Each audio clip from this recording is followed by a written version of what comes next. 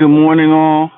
Welcome to Mindful Reality, the channel that covers reality TV from a mental health perspective. So, there's a lot to unpack from yesterday till today, but y'all know me. I'm not Rob Has a Podcast. I'm not Jolene. I'm not one of these one of these live feed breakdown channels. What I specialize in is I can watch 10 conversations and I can get right to the crux of the matter. Like I'm watching, I'm not sitting here like I'm gonna give you bar for bar. I saw you, bro. I'm not gonna give you like bar for bar, word for word, every piece of the convo, room to room. I tried to do that, but I realized that's not my thing. And I realized it doesn't have to be my thing. If I want that, I'll go watch Taryn do it. He'll do it with the exact words verbatim, the mannerisms. He'll do like the voice impressions of the people. If I need that, I'll go over to that. And if you need that, you can go over to that. But I'm just somebody who just pays attention to all the different conversations and tries to draw the context out of it and then share with y'all what I think about the context. So, yesterday was an interesting day. As we all know by now, Lauren won the power of veto on Saturday, and then Lauren had a choice whether to use the power of veto and whether not to use the power of veto. And she was, for a temporary amount of time, the most popular person in the House for this reason, right? Because everybody was like, if Lauren doesn't use the power of veto, we keep the noms the same, and it seemed like Mickey or Morgan was for sure going to go home on Thursday. If she does use the power of veto, at the time, a lot of people were thinking Kelly was going to go up. Even Rachel was saying Kelly is going to go up. Now, the reason I titled this like old school Big Brother versus new school Big Brother, I feel like new school Big Brother is very concerned about optics, about reputation, about optics, about reputation, about how everything is gonna look.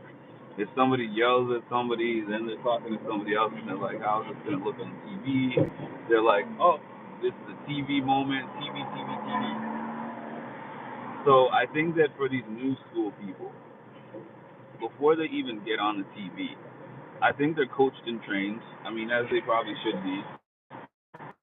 And look at Zay. They used the R word earlier in the year, and he said that was one of the two words or something like that that I was trying not to use, right? And you're like, whoa, one of the two words I was trying not to use.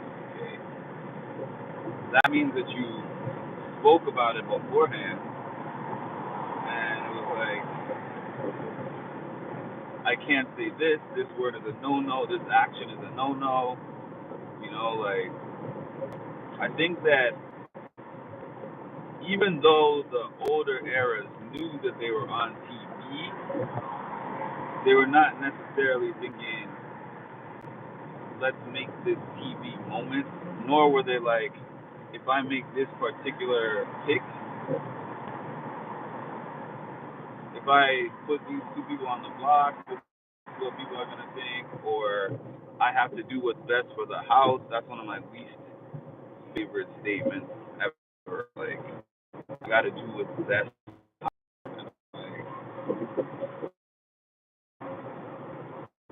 Best for the house. Only one of you is going home with that $750K. So I say Rachel is trying to win the game. She's not trying to win second, and she's not trying to get the jury. She's there because she's trying to win first place and take home the big prize. So everything that she's done so far has been with the goal of taking home a big prize. Now, her and Keanu became, I'm using the term friends loosely, but it's like they kind of became allies by default because the enemy of my enemy is my friend. And who's Rachel's enemy? Like 75% of the house. Who's Keanu's enemy? Like 90% of the house. So because the two of them both have the most enemies in the house, and Rachel's a smart one, obviously. She's saying, she basically, pitched to this guy, we work together, I'm the brains and you're the brawn. That's essentially what she was saying. And then she was like, let's add Kelly to this mix. Adding Kelly to this mix adds more brawn in a sense because Kelly has been winning comps. So I have two people winning comps by my side and myself in Ava, right? And then she has Will, who is just, I don't know where she views Will, but maybe she just views Will as, maybe she doesn't see how much game the guy is really, how this guy is really working the social game. I don't know. Or maybe she genuinely feels like, I want an older guy to make it with me because we relate and we connect. Maybe it's a combination of both of those things. Anyways, Keanu, for some weird reason, thought that he was teaching Rachel something in the game and controlling her. Like, I have Rachel in my back pocket. All these plans that Keanu kept preaching to Riley, and to Vinny, and to Kelly, and all these other people, all these plans were with the assumption that Rachel was in his back pocket. You don't have a back pocket big enough to hold somebody like Rachel Riley. I'm going to be honest with you. There's no back pocket that's big enough to hold somebody like that in it. So he thought for sure that this big pitch that he did the other day about Riley wants to work with us, we gotta get to the final six with the six, which is Riley, which is him and Rachel, Riley and Catherine and Vinny Kelly. Made this big pitch that that's our best bet, and we can run the house and we can control the house and whatever. The thing is, I said this yesterday. Just because you are aligned with somebody, and he wasn't even necessarily aligned with those people because we've seen what they keep saying about him in the DR. They're like, I'm just going to use his enthusiasm and the fact that he trusts me and the fact that he thinks we're bros or we're friends to our advantage because it's going to be hard to get him out. So, it kind of reminds me of a Cameron season 25 situation, or at a certain point, a Michael BB24 thing, where it's like, we're having trouble getting this guy out, so it's better to be on his good side than his bad side. And I feel like that's what the majority of people think about him, and I think that's what a lot of people think about Riley, to be honest with you. So,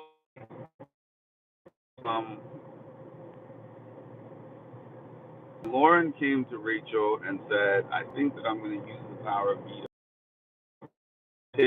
And she pretty much said, hey, it's your move, it's your call. You can use the power of veto if you want. However, if you use the power of veto, I'm going to potentially put up one of your allies. And then she went around telling everybody that if the power of veto is used, she is going to make a big move. And she hinted at that big move being Riley. And sure enough, Lauren used the power of veto. Sure enough, it was Riley that she used, that Rachel put up as the replacement knob. This then sends the house into somewhat of a spiral. And the thing that I found so stupid was just like, oh my God, this was the worst move. How could she do that? She had Riley in her back pocket. Like, Keanu scolded her like he was talking to a child. And I was so surprised at her response not being like a snapback season 12, 13 type of response, but she took it while he was like, Rachel, why would you do something like that? You messed up bad. You got to make this right somehow, blah, blah, blah. And then after that, he goes over to Riley to assure Riley that he had nothing to do with it and that he was assured that it was Kelly going on the block and now Rachel made her bed and now she has a lie in it, this and that and the other. And I just want to look at him and be like, my guy, those people in that house, no matter what you got them to agree to with you in the room, they don't rock with you like that. Secondly, you need to learn the art of talking, of listening more than you talk. You put the idea out there. This is what you do. You put the idea out there, and then you say, what do you think? And you wait. You wait to see what they have to say. Because if you give the idea and tell them, hey, bro, sis, this is the best idea, and I'm so glad that you're working with me, and I'm so glad that you agree with my idea. They never agreed. They just did the I love you part at the end, which is a Big Brother classic. The classic Big Brother is you finish a conversation, you say I love you, you hug someone, you dap them up. But if they didn't say anything, then they're not bound to anything. I mean, they can lie either way. They can agree to it and tell you that it's great, a great move, whatever. If Vinny does it, Vinny will actually agree with you and tell you, yeah, I'm so glad that we're working on this plan together, when it's not the case. But most Big Brother players, like the good ones that have a chance to win, they, if you give them an out by just continuously talking and not getting feedback, like Keanu, Morgan, I think Keanu and Morgan are the main ones left in there that do that talk without really getting any feedback and then think that no feedback is an answer and agreement, then you didn't really get anything. Your goal in every conversation should be to listen to what they say, get information about where their head is at, and then, gently provide some counterpoints for them to think about. And I think, Rachel is doing that well. Now we've reached a crossroads, though, because in the new school Big Brother, right, if you do a big move, and you don't tell people about the big move that you're doing, all of a sudden you're a snake, right? Like, oh, you're a snake because I thought that you were doing this and you did that. So I kind of appreciate the fact that we have an old school player in there because I feel like this would have been a terrible season without Rachel. I really do. Because this whole unanimous, run with the house, do the house majority thing, this particular group, I think, would have rolled that into the ground. Ride with the house, do the majority thing, blah, blah, blah. And I'm sick of that. So I love the fact that she shook up the status quo, did something that was unexpected, a big move. Now, what I would actually love to see is like either Morgan or Mickey. Well, I would actually rather see Morgan be the one who pulls herself off the block. Morgan pulls herself off the block, and then the two people up are Riley and Mickey, and then it goes on like a split kind of vote. I would love to see that, and I'd be good with either going home. But at this moment, I would kind of like Riley to go home just because you'd get him out of the house finally, and this whole thing that Keanu thinks he has with him would be over, and now his main guy would be Vinny, and I wouldn't want to latch on to Vinny for anything really. So that's about where I'm at with it. Um, Shout out to Rachel for playing the game. That's the way that I feel that the game should be played. Make your own moves, use your own brain, think for yourself, think about what's best for your own actual game. And she doesn't have, I think that she realized early on, I don't have a whole bunch of trustworthy people in the game. They took out the people that she trusted the most, and then she had to pivot her game and see who can I work with out of who remains. And it was like Ashley kind of became her number one, like, by default, because Ashley was within her group. Ashley was the only one of those original people, the ladies, I mean, that did not turn on her, because Morgan and Mickey both clearly turned on her. Ashley kind of plays both sides of the fence, but she's definitely more loyal to Rachel than the other two are. And then Will and her don't seem to talk a terrible amount of game. Um,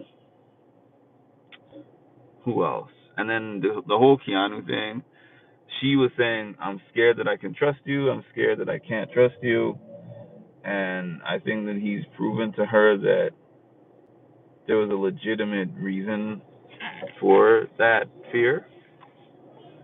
And yeah, that's where we're at. We're gonna see who wins the BB blockbuster, and from there, we're gonna see who the remaining two are and who ends up going out. But I feel like the house would be dumb not to take Riley out if they had a shot at Riley, because how else are you gonna take him out? He doesn't care. Riley is one of the hardest wild cards because he doesn't care about the game of Big Brother. What I mean by that is he's there to be with his girl, and he even said early on, the 750K is basically like irrelevant to him. So he's gonna go hard in all the competitions. He's not throwing anything. He's not intentionally or strategically gonna lose something. He's gonna go for the win every single time. And he's not like, I don't want the power. It's like, no, I want the power, and these are the people I want to put up, and these are the people that I would like to take out. So that kind of guy, they don't win. They don't usually win the game, but you could end up as a casualty on your way out. So I think they should get him out if they get the chance, as I said. More to talk about, but not enough time. And I'll talk to you guys later. Like, comment, and subscribe, and hit the notification bell to get notified of when I drop some more amazing content. Thank you all. Have a great